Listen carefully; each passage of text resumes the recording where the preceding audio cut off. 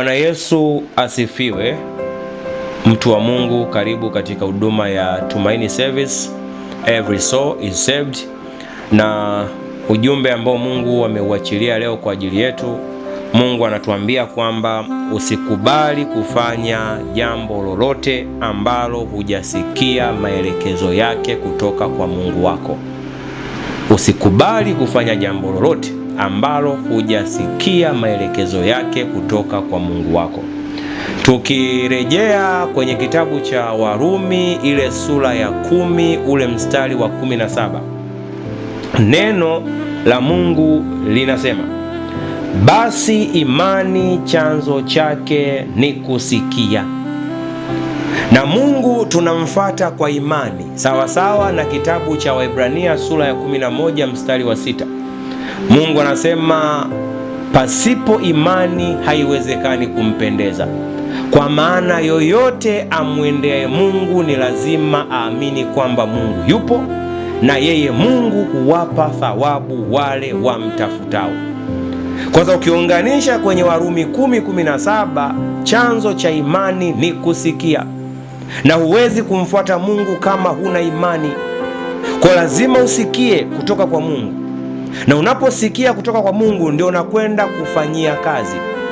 Ndio maana kwenye kitabu cha Yakobo Mungu anatuambia kwamba imani pasipo matendo imekufa. Kwa siwezi kutenda neno lolote isipokuwa nimesikia kutoka kwa Mungu ninayemwabudu. Sasa haiwezekani wanaoabudu mizimu, wanaabudu mapepo, wanaabudu majini, wanaabudu uganga, uchawi, ushirikina, kila muda, kila wakati wanasikia kutoka kwenye maroho yao machafu. Alafu wewe unayemwabudu Mungu wa mbinguni usio unasikia kwa Mungu wako, au usikie kwa wasiwasi, usikie kwa mashaka. Mungu anasema wazi, mtu wangu ataishi kwa imani, naye akisitasita, akiwa na wasiwasi, akiwa na mashaka, roho yangu haina furaha naye. Kwanza hata tukirejea wakati Mungu anazungumza na mtumishi wake anaitwa Ezekieli, tukisoma kwenye kitabu cha Ezekieli ile sura ya 2 ule mstari wa 1, Mungu anasema wazi pale, akaniambia, mwanadamu, simama kwa miguu yako nami nitasema na wewe.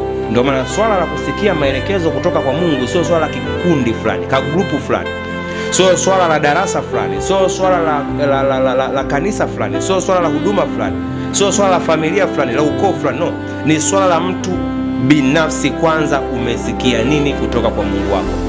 Ndio maana kwa Mungu hatusikilizi kwa mkumbo, kwa Mungu hatusikilizi kwa sifa, kwa Mungu hatusikilizi kimihemko. Kwa Mungu unasikiliza wewe binafsi, umesikia Mungu anakusemesha nini. Rejea kitabu cha Wakorinto, ile Wakorinto wa kwanza, angalia ile sura ya 2.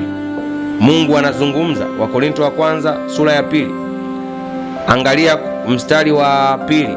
Kuna neno Mungu anasema pale, maana naliazimu nisijue neno lolote kwenu ila Yesu Kristo naye amesulubiwa. Neno lolote sitolijua, ila nitajua neno la Bwana wangu, Mungu wangu, Yesu wangu amesema nini, ndio nitakwenda kutenda hilo neno.